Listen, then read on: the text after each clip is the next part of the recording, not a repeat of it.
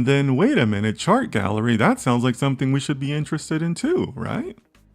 So again, guys, this isn't difficult, right?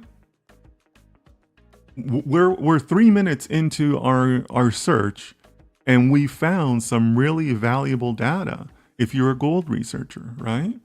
But again, pick your own interest.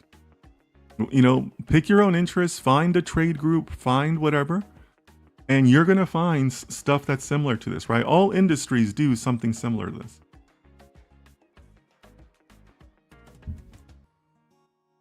So in the highlights, we can pick up some of the data. More importantly, we can see that this is obviously very quantitative based, because they're mentioning quantitative values, they're mentioning trends, they're mentioning that they give outlooks, and then we start seeing some of these charts, right? Some of these charts are exactly kind of what we ended up working with last time, right? And this stuff can be very valuable as far as examining the charts is what's going to help lead you to ideas, questions, hypotheses. And if you have the hypotheses, then okay, well, what data do I need to research that hypothesis? What data do I need to establish my view or change my view, right? What are the statistics or data science tools or formulas that I need to apply, right? Like this is where we start to, go from reading to actually applying data science, and that's where the value comes in, right? Yeah, Leo and Rex, thanks so much for doing the hosting duties in the chat. I appreciate that. I see it over here. Thank you so much. All right.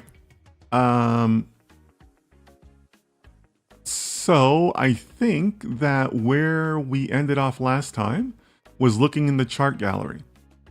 And again, we're going to do this really quickly because I think that, again, I'm just trying to get people caught up, right? So here's the chart that we, I hate to say this about, this is the chart we got stuck on. I shouldn't say stuck because it was great conversation, but there's a ton of charts in here, and unfortunately we only got to one, and that's okay. We had a good time, right? But here's, I want to get caught up for people, right? We started off by looking at the blue section, let's call it, of these bar charts. And we can see from the key to the chart that the blue bars are talking about jewelry manufacturers. And we noticed how there were different spikes. There was a spike in 2013. There was a significant drop in 2020, which it's not difficult to assign a reason for that. And we started having conversations about, well, the jewelry buyers, the jewelry manufacturers are a completely different market than other markets, right? Those are people that are going to buy low because to them, gold is not an investment. It's not their savings. It's a tool. It's a resource. It's a resource for their business, right? So you buy when the market's low as a hedge for future prices, right? So we found different things like that.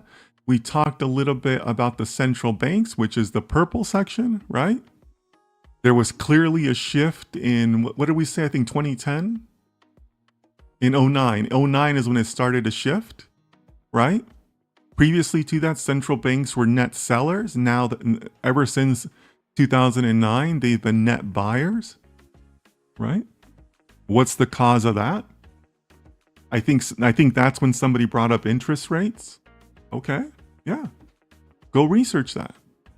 Why was there a shift in 09? Housing crisis, maybe, right? That was, 09, we were still kind of at the tail end of the housing crisis, right? You could argue that it was still the middle of the housing crisis, right? What did that have an effect? But you'd never know, right? You'd never know these things until you actually did it, right? until you actually take the time to look at the charts, use your own critical thinking, you wouldn't know that, right? And then I think last time we also closed by briefly looking at the green section.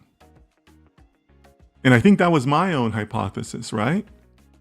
Because the green section, again, according to the key, that's bars and coins. Well, who buys gold bars? Not your average person on the street, right? A gold bar is in the multiple six figures, probably more, right? I mean, gold is doing very well this year, right? Not just anybody buys a gold bar. Aren't the central bank purchases and the gold bar purchases kind of correlated? Shouldn't they be? Right? Like, isn't that kind of like, couldn't you argue that group is one and the same? I think there's a case to be made there. Maybe there's a way for you to prove that.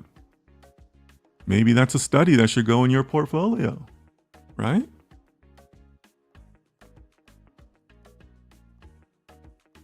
I mean, think about that. How powerful is that for you to walk into your next interview and say, hey, I'd like to share with you a study that I did on gold. I went out and I found this data. I follow the industry group, and they put out a quarterly report, and I found a correlation between central banks and interest rates. I did my own research. Here's the methodology I followed. Here's the article I wrote, and I'd like to submit that article to you as my writing sample. As a hiring manager, you're telling me you're ready to go on day one, right? That's super powerful. Super powerful. And so these are the types of things that I'm really encouraging you guys to do, because I think it's super powerful for you to be able to demonstrate your skills, not talk about your skills, but demonstrate your skills. And also, more importantly, all of you know that I'm not here to help people pass interviews. I'm here to help you guys be data professionals. So this is not just preparing you for an interview. This is preparing you for the actual work of being a data scientist, because this is what we do, right? This could be somebody's sales data for 6 different products that they offer. And you show up on day one and they say, okay, here's our data. What can you tell us? Like that's day one for a data scientist, right?